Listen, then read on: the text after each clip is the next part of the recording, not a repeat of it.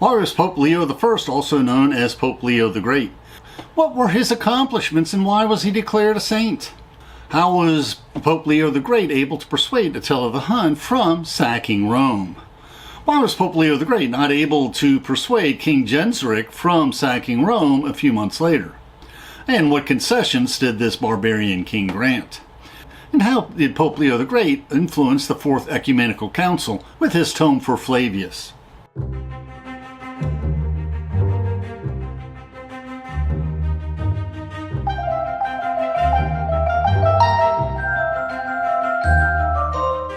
Please, we welcome interesting questions in the comments. Let us learn and reflect together.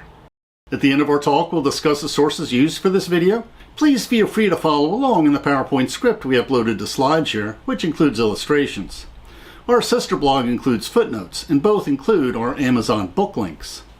In Butler's Lives of the Saints we read, St. Leo's family was probably Tuscan, but he seems to have been born in Rome, as he always speaks of it as his patria. Of his early years in his priesthood, there are no records. It is clear from his writings that he received a good education, though it did not include Greek.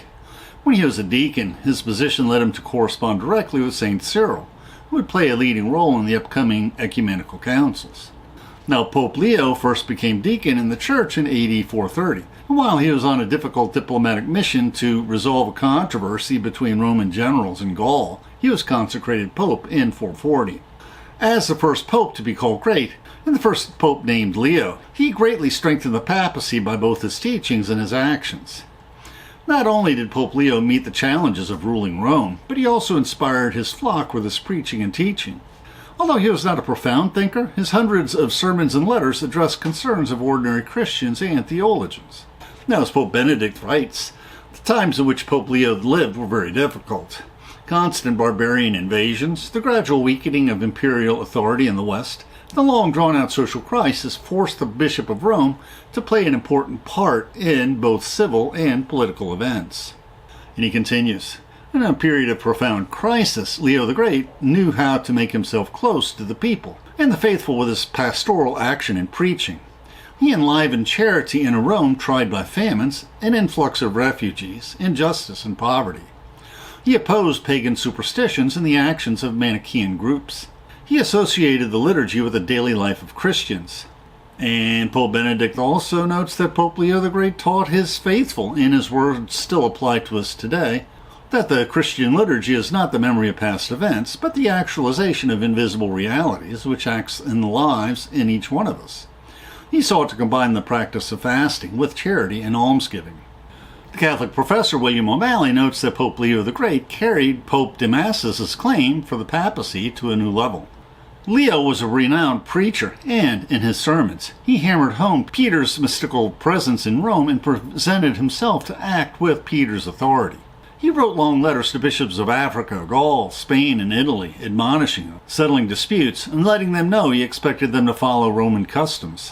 When the Bishop Hilary of Arles began to behave as if his see were a patriarchate independent of Rome, Leo got a rescript from Emperor Valentinian III confirming that he had jurisdiction over all the western provinces. Pope Benedict is conciliatory in his history. Pope Leo intervened in various circumstances in the West as in the East, with caution, firmness, and lucidity through his writings and legates. In this manner, he showed how exercising the Roman primacy was as necessary then as it is today to serve communion, a characteristic of Christ's one church, effectively. Now, what did the Pope mean by serving communion? Benedict wrote the original in German, which means this is a translation.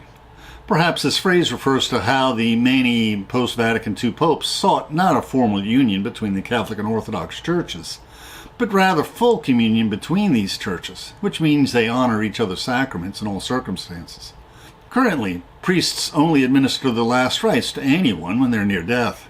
In the year 452, Pope Leo, with a Roman delegation, met Attila, chief of the Huns, and dissuaded him from continuing the war of invasion by which he had already devastated the northeastern regions of Italy. And the medieval Golden Legends of the Saints has this exaggerated account. At that time, Attila was devastating Italy.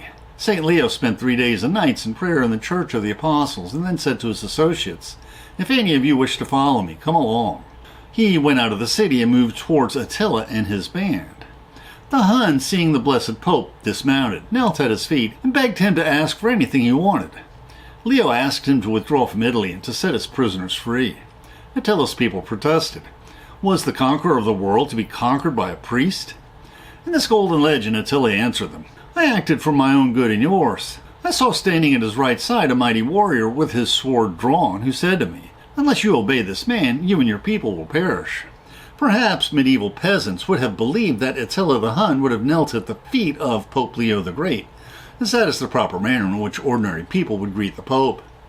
However, if Attila the Hun had knelt at the Pope's feet in front of his warriors, he would have lost their respect. And we cannot appreciate this remarkably courageous encounter between Pope Leo the Great, armed only by his majestic presence in his papal robes, and Attila the Hun, ravager of much of Europe, unless we study the history. We reflected on the circumstances and events leading up to this famous encounter, reflecting on how barbarian soldiers and generals played an increasingly important role in the Roman army and society. Attila just did not simply ride off the steppes of Asia to conquer the Roman Empire. Rather, he was deeply embedded in Roman society. The leading Western Roman general Aetius grew up as a hostage in first the Visigoth court and then in the Hun court. Later, he led armies partially staffed by Huns in defense of the Roman Empire. Now, Attila the Hun did not win all his battles, and sometimes the general Aetius fought him to a draw. 40 years before Attila the Hun agreed to spare Rome, the Visigoth general Alaric, who had served in the Roman army, sacked Rome for the first time in 8 centuries. And we also reflected on the curious incident when the Roman princess Honoria promised her ring to Attila the Hun to escape the repressive atmosphere at court after she became pregnant with a wayward court official. Although this was not likely a cause for Attila invading Italy, it was certainly an excuse. How was Pope Leo the Great able to dissuade Attila the Hun from sacking Rome? At the time, the Roman general Aetius had insufficient troops to challenge Attila. Edward Gibbon, the English historian writing around the time of the American Revolution, imagined that after the Roman delegation, led by Pope Leo the Great, entered the tent of Attila, that he listened with favorable, even respectful attention. The deliverance of Italy was purchased by the immense ransom or dowry of the Princess Honoria. Gibbon imagines that their martial spirit was relaxed by the wealth and indolence of a warm climate and the rich Italian food and wine. Now, Attila warned that the Princess Honoria should be delivered to his ambassadors when promised, but he died suddenly after a hard night of feasting and drinking when celebrating the addition of his new wife Edilco to his harem. His sons could not hold together his fragile alliance of barbarian tribes and raiders, and his mighty kingdom crumbled. And Gibbon was also influenced by the prejudices of his age. Imagine that Attila's compatriots warned him that Alaric had not long survived the conquest of the Eternal City, that superstitions may have dissuaded him. Plus, he imagined that the pressing eloquence of Leo, his majestic aspect, and sacerdotal robes, excited the veneration of Attila for the spiritual father of the Christians.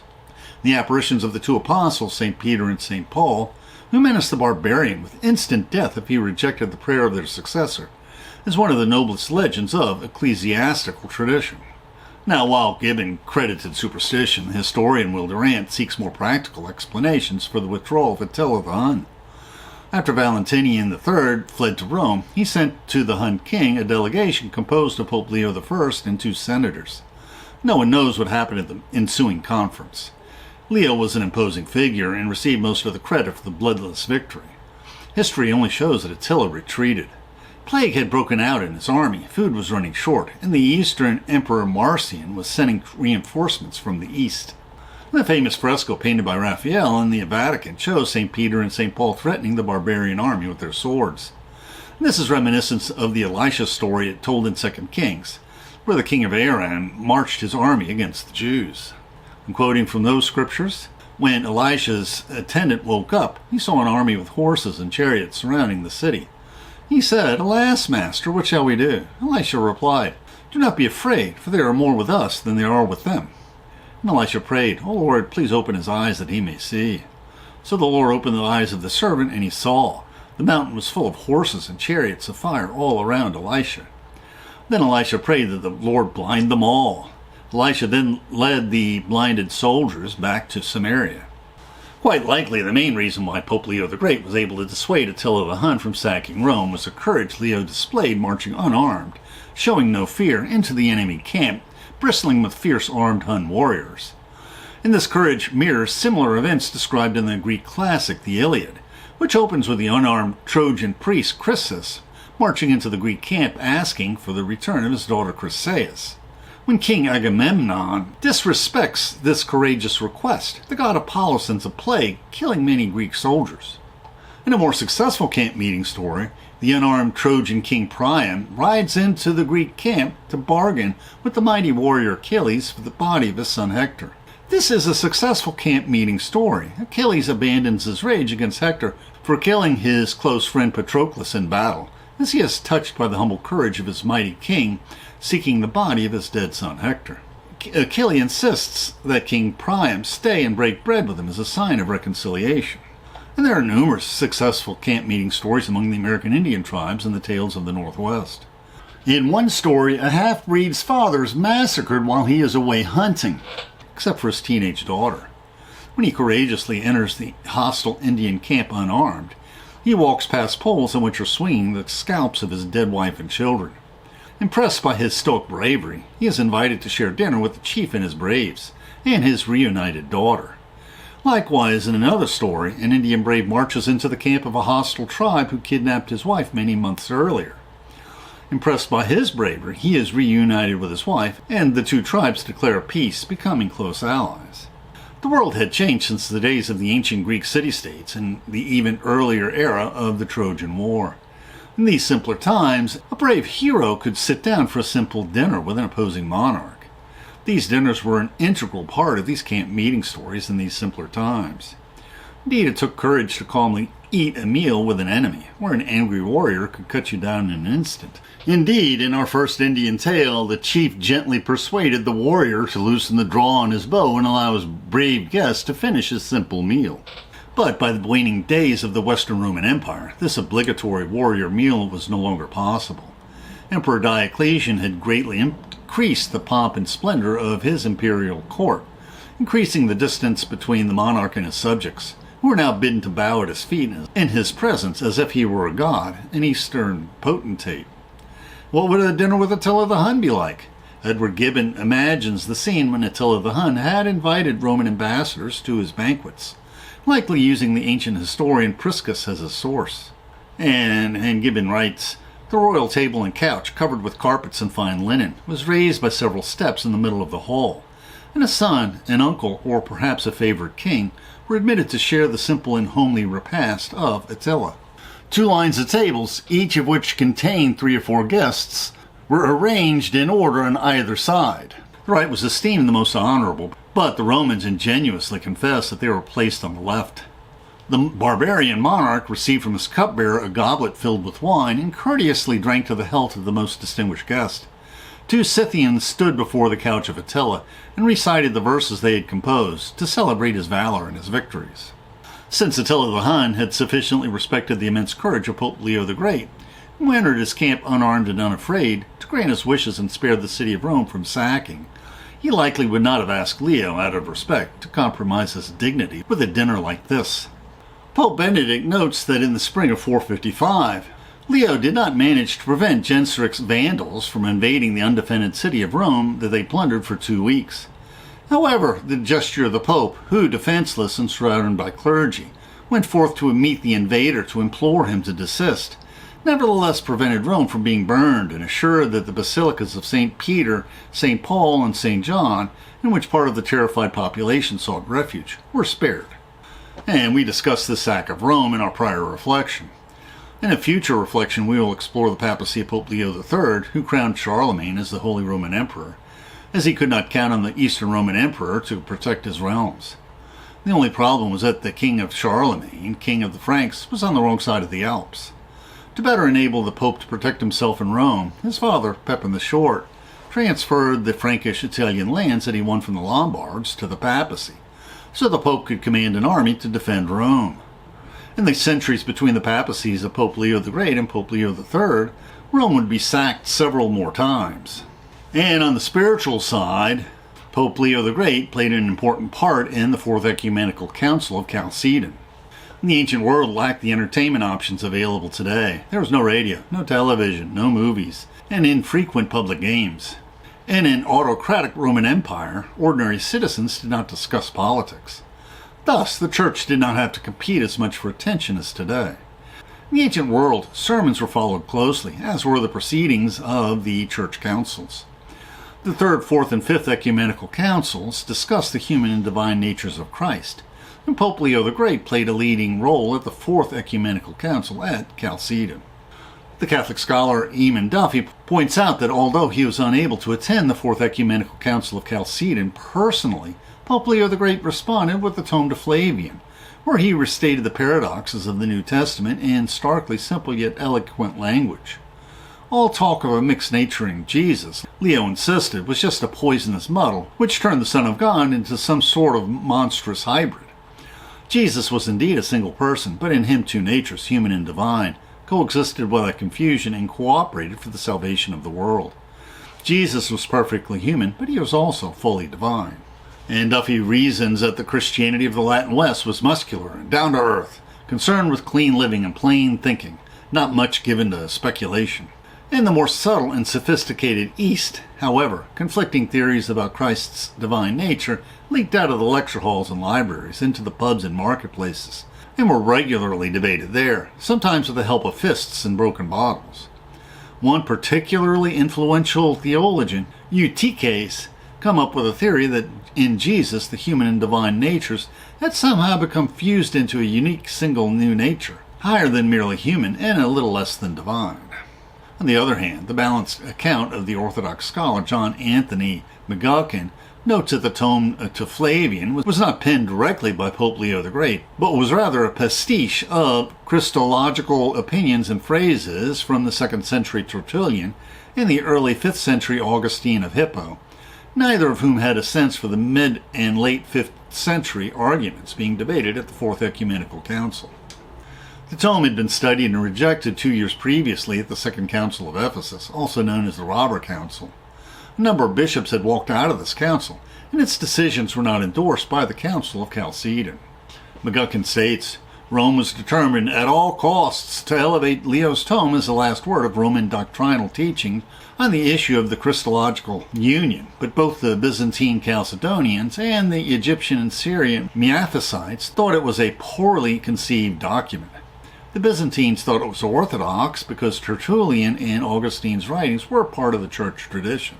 But these Eastern Christians thought it was excessively rigid in its distinction of the two natures of Christ, as if there were spheres of operation, while the Miaphysites thought it bordered on the heretical in its refusal to speak of a real and decisive union having taken place in these two natures, so as to make them a unitary reality. In Leo's tome, Christ is one single divine person in harmony with St. Cyril's insistence, but equally this one person presides over two quite distinct natures.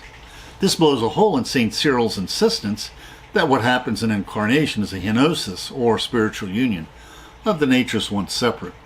The distinctions between these two competing theologies are subtle, and many people, McGuckin included, have difficulty understanding and distinguishing all the differences between these two positions. And we can never be totally sure of the exact definition of the technical theological Greek terms used in these ancient debates.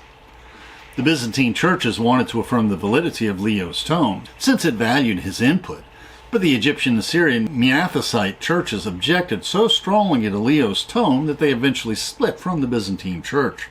Today, these Miaphysite churches are known as the Coptic Church and the Oriental Orthodox churches. Today, the biggest hurdle to reunification between the Eastern Orthodox and Oriental Orthodox churches is that they excommunicated many of the other saints, hurling anathemas at each other. This also had political implications. The newly formed Arab Muslims were on the march and were threatening the Middle East, Egypt, and the Catholic North Africa. The acceptance of Pope Leo's tome and the decision at Chalcedon threatened the unity of the Eastern Byzantine Roman Empire. The Byzantine Emperor Justinian called the Fifth Ecumenical Council of Constantinople to try to resolve this impasse. The council re-emphasized the Christology of St. Cyril and de-emphasized Leo's tome. This did not heal the rift with the Egyptian and Syrian churches, while the Latin Church and the papacy accepted the formulations of this council reluctantly. And the Catholic historian William O'Malley notes that Leo had to face the same problem Pope Damasus faced with an earlier council. In a disciplinary decree, Canon 28, The Council of Chalcedon, despite the protests of Leo's legates, accorded Constantinople the same patriarchal status as Rome. Both were imperial cities. As did Damascus, Leo found this utterly unacceptable. Despite his triumph at Chalcedon, he withheld for a time his approval of it. This was in spite of the fact that, decades before, the capital of the Western Roman Empire had been transferred first to Milan, then to Ravenna. Pope Leo, in his Sermon 64, quoted from scriptures how Peter professed to Christ, "You are the Christ, the Son of the living God." So it is that God and man together are not foreign to the human race, but are instead alien to sin. The medieval golden legends of the saints tells this fanciful story. One day, when Pope Leo was offering Mass and distributing communion to the faithful, a woman kissed his hand, and he experienced a violent temptation of the flesh. The man of God, taking cruel vengeance on himself the same day, secretly cut off the hand that had scandalized him and threw it away. Now, the story continues. In time, the people began to murmur at the Pope for not celebrating the divine mysteries as usual. Then Leo turned to the Blessed Virgin and committed himself totally to her care. She quickly appeared at his side and with her holy hands put back his hand and made it firm, ordering him to proceed as before and offer sacrifice to her son. Leo proclaimed to all the people what had happened to him and showed the restored hand to everyone. Now in this medieval tale, our beloved Pope Leo talks directly to the Virgin Mary, and she visibly responds with magic. This story is clearly repeating the lesson in Matthew's Sermon on the Mount where Jesus exhorts us. You've heard before that it was said, "You should not commit adultery." But I say to you that anyone who looks at a woman with lust has already committed adultery with her in his heart. If your right eye causes you to sin, tear it out and throw it away. It is better for you to lose one of your members than for your whole body to be thrown in hell. And listen to this. And if your right hand causes you to sin, cut it off and throw it away. It is better for you to lose one of your members than for the whole body to go to hell. Now, both the church fathers and modern preachers discourage us from taking this passage literally. When else did the people murmur against their leaders? The Israelites constantly murmured against Moses after the Exodus, where they endured hardships in the desert in their 40-year march to the Holy Land. In the King James Version, Moses said to the people, "When the Lord shall give you in the evening flesh to eat, and in the morning bread to the full, he hears your murmurings which you murmur against God. Your murmurings are not against us, but against the Lord." Now, in conclusion, Pope Benedict and Pope Leo the Great teach us that the Creator enlivened, with the breath of rational life, man formed from the dust of the ground. After the original sin, he sent his Son into the world to restore to man his lost dignity and destroy the dominion and the devil through the new life of grace. And Pope Benedict emphasizes, through the force of his Christological faith, Pope Leo the Great was a great messenger of peace and love. He thus shows us the way. In faith we can learn charity. Let us therefore learn with St. Leo the Great to believe in Christ, true God and true man, and to implement this faith every day in action for peace and love of neighbor.